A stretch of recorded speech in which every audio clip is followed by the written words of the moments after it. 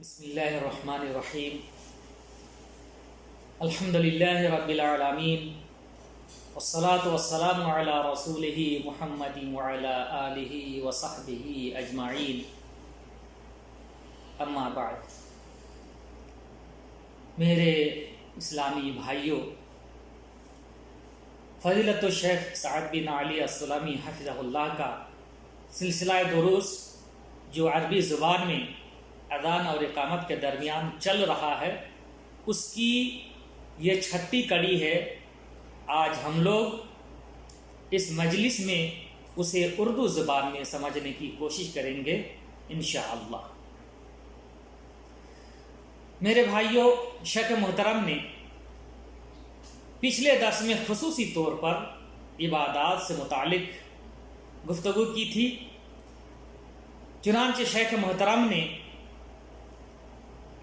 شیخ الاسلام ابن تیمیہ رحمۃ اللہ علیہ کا قول ذکر کرتے ہوئے عبادت کی یوں تعریف کی تھی کہ عبادت ہر اس قول و فعل کو کہتے ہیں جس کو اللہ تعالیٰ پسند کرتا ہے اور جس سے راضی ہوتا ہے، چاہے وہ ظاہری ہو یا باطنی۔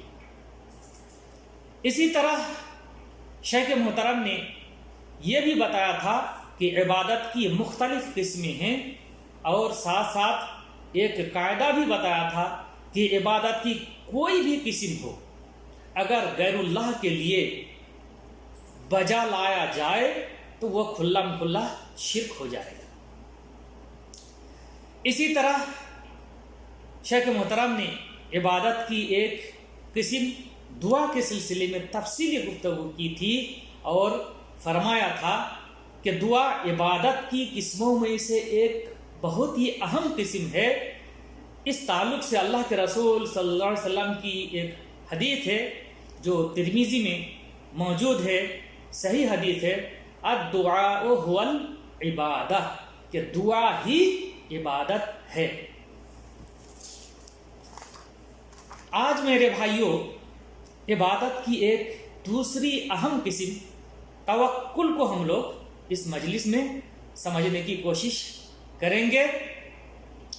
میرے بھائیوں، توکل ایک عظیم قلبی عبادت ہے، بلکہ وہ ایمان کے فرائض میں سے ایک فریضہ ہے اور اس کی شرطوں میں سے ایک شرط ہے۔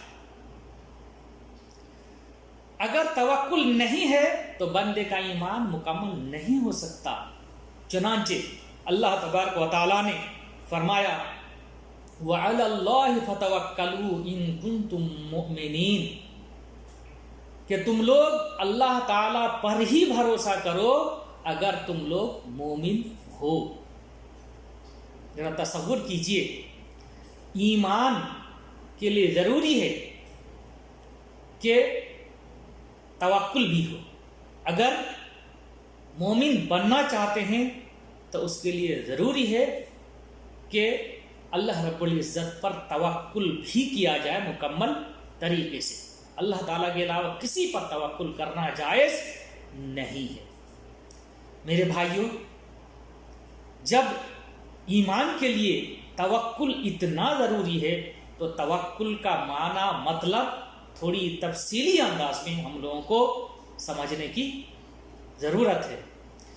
توکل کا لغوی معنی الاعتماد والتفویض، الاعتماد والتفویض، یعنی کسی معاملہ کو سونپ دینا، سپرد کر دینا۔ اس کا شرعی معنی ہے الاعتماد علی اللہ فی جلب الخیر و دفع الشر، یعنی اللہ تعالی پر بھروسہ کرنا اور اعتماد کرنا کہ اللہ تعالیٰ ہی خیر کو لاتا ہے اور اللہ تعالیٰ ہی شر کو دور کرتا ہے، یعنی خیر کو حاصل کرنے اور شر کو دور کرنے میں اللہ تعالیٰ پر مکمل بھروسہ کرنا، اس کو توکل شریعت میں کہا جاتا ہے۔ توکل کے 3 عظیم ارکان ہیں۔ ان ارکان کو بھی سمجھنا بہت ہی ضروری ہے۔ ان میں سب سے پہلا رکن یہ ہے الاعتماد علی اللہ، یعنی معاملہ کو اللہ کے سپرد کر دینا۔ دوسرا رکن ہے الثقۃ باللہ، یعنی اللہ پر کامل یقین کر لینا کہ وہی خیر لائے گا اور وہی شر سے بچائے گا۔ تیسرا رکن ہے بذل الاسباب المشروعہ، یعنی شرعی اسباب اختیار کرنا۔ یہ 3 ارکان ہیں توکل کے۔ چنانچہ اگر کوئی شخص اللہ تعالیٰ پر توکل کرتا ہے اور اسباب اختیار نہیں کرتا ہے تو کہا جائے گا کہ اس کے عقیدے کے اندر خلل ہے، کمی ہے، وہ توکل کو نہیں سمجھتا ہے۔ اسی طرح اگر کوئی شخص کہتا ہے کہ ہم تو اللہ تعالیٰ پر توکل کرتے ہیں اور اسباب پر اعتماد کرتے ہیں، تب بھی کہا جائے گا کہ اس کے اندر عقیدے میں، توحید میں خلل ہے، چونکہ اللہ تعالیٰ پر توکل کامل طریقے سے کریں گے اور اسباب پر اعتماد نہیں کریں گے۔ اعتماد بھی اللہ رب العزت پر ہی کریں گے۔ اسباب صرف اسباب ہی ہیں، ان کو مؤثر بنانے والا اور ان کے اندر جو تاثیر پیدا کرنے والا اللہ تعالیٰ ہی ہے۔ اللہ تعالیٰ اگر اس کو مؤثر بنائے گا تو وہ مؤثر بنے گا، اور اگر اللہ تعالیٰ سبب کو مؤثر نہیں بنائے تو مؤثر نہیں بن سکتا۔ تو یہ 3 ارکان ہیں توکل کے، ان کو اچھی طرح دھیان میں رکھنا ایک مومن کے لیے انتہائی ضروری ہے۔ میرے بھائیوں، اسباب مشروعہ کی 2 قسمیں۔ نمبر 1 سبب شرعی، نمبر 2 سبب قدری۔ سبب شرعی کسے کہتے ہیں اور سبب قدری کسے کہتے ہیں، ان دونوں کو بھی جاننا ضروری ہے۔ سبب شرعی یعنی جس کو اللہ تعالیٰ نے اپنی کتاب اور رسول صلی اللہ علیہ وسلم نے اپنی سنت میں مشروع قرار دیا ہے، یعنی دونوں قسم کی وحی میں اس کا ثبوت ہے۔ جیسے کہ رقیہ شرعیہ، یعنی شرعی جھاڑ پھونک۔ شرعی جھاڑ پھونک کسے کہتے ہیں، یعنی آیات قرآنیہ یا اللہ کے رسول صلی اللہ علیہ وسلم سے جو ماثور دعائیں ثابت ہیں ان کے ذریعے سے جھاڑ پھونک کرنے کو رقیہ شرعیہ کہتے ہیں۔ یہی شرعی جھاڑ پھونک ہے، تو اسے کہتے ہیں سبب شرعی۔ اسی طرح سبب قدری وہ ہے جو تجربہ کے بعد ثابت ہو۔ مثال کے طور پر علم طب ہے، ڈاکٹری علاج ہے، جیسے سر درد کی گولی ہوتی ہے، پیٹ درد کی گولی ہوتی ہے۔ یہ جو سبب ہے انسان اس کو اختیار کرتا ہے، تو یہ سبب تجربہ کے بعد حاصل ہوا۔ ایسا نہیں کہ ایک ہی بار سر درد کی گولی وجود میں آ گئی یا پیٹ درد کی گولی ایک ہی بار میں وجود میں آ گئی، ایسا نہیں ہے، بلکہ لمبے وقت تک اس کا تجربہ چلتا ہے، اس کو اختیار کر کے دیکھتے ہیں اس سے فائدہ ہوتا ہے یا نہیں ہوتا ہے۔ اس کے بعد جب فائدہ ہوتا ہے تو اس کو مان لیتا ہے کہ یہی اس بیماری کی دوا ہے، اور اس کو پھر استعمال کرنا شروع کر دیتے ہیں۔ تو یہ چاہے سبب شرعی ہو یا سبب قدری ہو، کسی پر اعتماد نہیں کیا جائے گا، توکل نہیں کیا جائے گا۔ توکل اور اعتماد صرف اور صرف اللہ رب العزت پر کیا جائے گا، اور ان اسباب کو محض اسباب کے طور پر اختیار کیا جائے گا، چونکہ وہ توکل کا حصہ ہے، اور سبب شرعی سبب قدری دونوں کو اختیار کرنا یہ توکل کے منافی نہیں ہے، بلکہ دونوں قسم کے اسباب یہ توکل کا ایک حصہ ہے.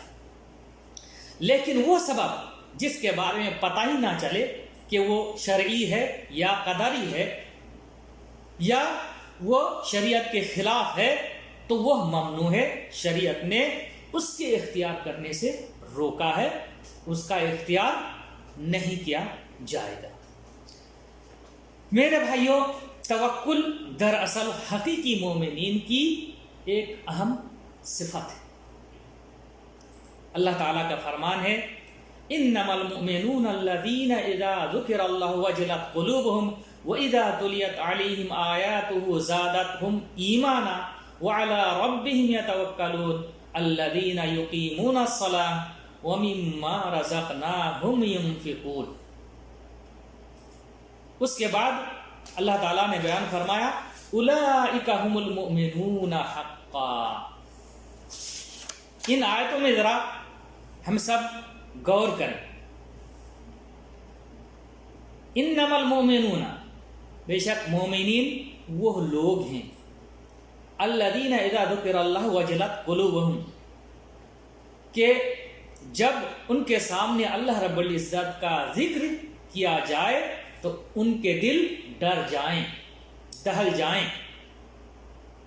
یہ پہلی صفت ہے مومنوں کی. وَإِذَا تُلِيَتْ عَلَيْهِمْ آيَاتُهُ زَادَتْهُمْ ایمانا، اور جب ان کے سامنے اللہ تعالیٰ کی آیتوں کی تلاوت کی جائے تو اس سے ان کے ایمان میں اور اضافہ ہو جائے. وَعَلَى رَبِّهِمْ يَتَوَكَّلُونَ، اور وہ لوگ اللہ رب العزت پر توکل کریں. یہ تیسری صفت ہے. دوسری صفت ہے وَإِذَا تُلِيَتْ عَلَيْهِمْ آيَاتُهُ زَادَتْهُمْ ایمانا، یہ دوسری صفت ہے. وَعَلَى رَبِّهِمْ يَتَوَكَّلُونَ، یہ تیسری صفت ہے مومنوں کی. الَّذِينَ يُقِيمُونَ الصَّلَاةَ، جو لوگ نماز قائم کرتے ہیں. وَمِمَّا رَزَقْنَاهُمْ يُنْفِقُونَ، الَّذِينَ يُقِيمُونَ الصَّلَاةَ، جو لوگ نماز قائم کرتے ہیں. یہ چوتھی صفت ہوئی. وَمِمَّا رَزَقْنَاهُمْ يُنْفِقُونَ، اور انہی روزی میں سے وہ خرچ کرتے ہیں جو ہم انہیں عطا کرتے ہیں. تو یہ کل 5 صفاتیں ہوئیں. الذین اذا ذکر اللہ وجلت قلوبہم، نمبر 1. وَإِذَا تُلِيَتْ عَلَيْهِمْ آیَاتُهُ زَادَتْهُمْ ایمانا، نمبر 2. وَعَلَى رَبِّهِمْ يَتَوَكَّلُونَ، یہ نمبر 3. الذین یقیمون الصلاۃ، یہ نمبر 4. وَمِمَّا رَزَقْنَاهُمْ يُنْفِقُونَ، یہ نمبر 5 کی صفت ہے. تو یہ کل 5 صفتیں بتائی گئی ہیں یہاں مومنوں کے لیے، جن کے اندر بھی یہ کل 5 صفتیں پائی جائیں گی وہی دراصل کامل مومن ہیں، وہی دراصل حقیقی مومن ہیں. چونکہ اللہ رب العزت نے بعد میں بیان فرمایا اولئک هم المؤمنون حقا، وہی لوگ صحیح معنی میں، حقیقی معنی میں مومن ہیں. تو یہ توکل میرے بھائیوں مومنوں کی صفات میں سے ایک اہم صفت ہے. میرے بھائیوں، اس شخص کے بارے میں کیا خیال ہے جس کے لیے اللہ تعالیٰ کافی ہے؟ ذرا تصور کیجیے، اللہ تعالیٰ اگر کسی کے لیے کافی ہو جائے تو اس کو اور کسی چیز کی ضرورت پڑے گی؟ کسی اور کی طرف اسے نگاہ اٹھا کر دیکھنے کی ضرورت ہے؟ نہیں. چنانچہ اللہ تعالیٰ نے توکل کا فائدہ اور نتیجہ بتاتے ہوئے فرمایا وَمَن يَتَوَكَّلْ عَلَى اللَّهِ فَهُوَ حَسْبُهُ، جو شخص اللہ تعالیٰ پر توکل کرتا ہے اللہ تعالیٰ اس کے لیے کافی ہو جاتا ہے. ذرا دیکھیے کتنا بڑا نتیجہ اور ثمرہ ہے اس توکل کا. اہل علم نے کہا ہے کہ اللہ تعالیٰ جس کے لیے کافی ہو جائے اس کو کسی اور کی طرف نگاہ اٹھا کر دیکھنے کی ضرورت نہیں ہوتی ہے. سبحان اللہ، یہ فائدہ ہے توکل کا. اسی طرح اللہ تعالیٰ نے اپنے نبی محمد صلی اللہ علیہ وسلم سے، پیارے حبیب صلی اللہ علیہ وسلم سے فرمایا یا ایھا النبی حسبک اللہ ومن اتبعک من المؤمنین، اے نبی اللہ تعالیٰ آپ کے لیے اور مومنوں میں سے ان لوگوں کے لیے جنہوں نے آپ کی اتباع کی کافی ہے۔ یہ اللہ تعالیٰ نے آپ صلی اللہ علیہ وسلم سے کہا، تو ظاہر بات ہے آپ صلی اللہ علیہ وسلم اور اس طرح کے آپ صلی اللہ علیہ وسلم پر آپ صلی اللہ علیہ وسلم کی جن مومنوں نے اتباع کی ان کے اندر یہ صفت پائی جاتی تھی۔ میرے بھائیو، اسی طرح ابن عباس رضی اللہ عنہما سے وارد حدیث میں بیان ہے کہ توکل انبیاء کی صفات میں سے ایک اہم صفت ہے۔ ابن عباس رضی اللہ عنہ نے فرمایا کہ جب ابراہیم علیہ السلام کو آگ میں ڈال دیا گیا تو انہوں نے کہا تھا حسبنا اللہ و نعم الوکیل، اللہ رب العزت ہمارے لیے کافی ہے اور وہ بہترین کار ساز ہے، بہترین کام بنانے والا ہے۔ ذرا غور کیجئے کہ ابراہیم علیہ السلام نے اپنی زبان سے، دل و زبان سے یہ الفاظ ادا کیا، پھر اس کا کیا نتیجہ ہوا ہم سب لوگ اچھی طرح جانتے ہیں۔ چنانچہ اللہ تعالیٰ نے بیان فرمایا قُلْنَا يَا نَارُ كُونِي بَرْدًا وَسَلَامًا عَلَىٰ ابراہیم، اللہ تعالیٰ فرماتے ہیں ہم نے کہا اے آگ تو ٹھنڈی ہو جا اور ابراہیم علیہ السلام کے لیے سلامتی کا باعث بن جا، اور ایسا ہوا بھی الحمدللہ۔ اسی طرح محمد صلی اللہ علیہ وسلم اور صحابہ کرام جب جنگ احد سے واپس آئے تو کچھ لوگوں نے نبی صلی اللہ علیہ وسلم اور صحابہ کرام سے کہا، اس وقت صحابہ کرام میں سے کچھ لوگ زخمی تھے اور ان میں سے بعض اللہ کی راہ میں شہادت بھی پا چکے تھے۔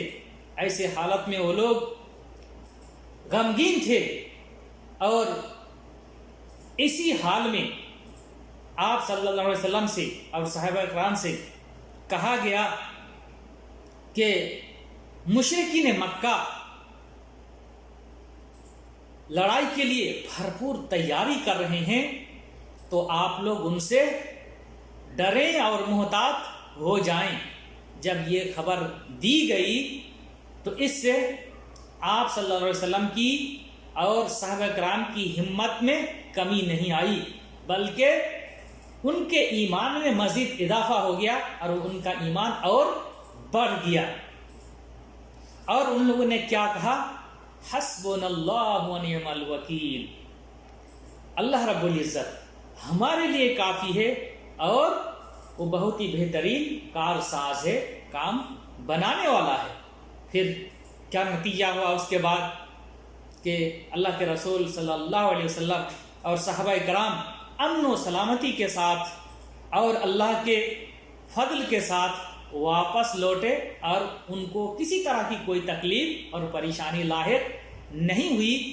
اسی بات کو اللہ تعالیٰ نے بیان فرمایا فَانْقَلَبُوا بِنِعْمَةٍ مِّنَ اللَّهِ وَفَضْلٍ لَّمْ يَمْسَسْهُمْ سُوءٌ، کہ وہ لوگ اللہ تعالیٰ کی نعمت اور فضل کے ساتھ واپس لوٹے، انہیں کسی طرح کی کوئی تکلیف اور پریشانی لاحق نہیں ہوئی۔ میرے بھائیوں، پتہ چلا کہ توکل ایک قلبی عبادت ہے، اور یہ اچھی طرح ہم لوگوں کو جان لینا چاہیے کہ توکل صرف اللہ تعالیٰ پر ہی کیا جاتا ہے۔ کسی انسان یا کسی مخلوق پر توکل کرنا جائز نہیں ہے۔ اگر ایسا کرتا ہے، کسی انسان پر یا کسی مخلوق پر کوئی شخص توکل کرتا ہے تو وہ کلم کلا شرک ہو جائے گا۔ میرے بھائیوں،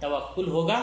اللہ رب العزت سے دعا ہے کہ اللہ رب العزت ہم تمام لوگوں کا ایمان، عقیدہ اور عمل درست فرمائے۔ اللہ رب العزت ہم لوگوں کی مغفرت فرمائے، ہم تمام لوگوں کے والدین کی مغفرت فرمائے۔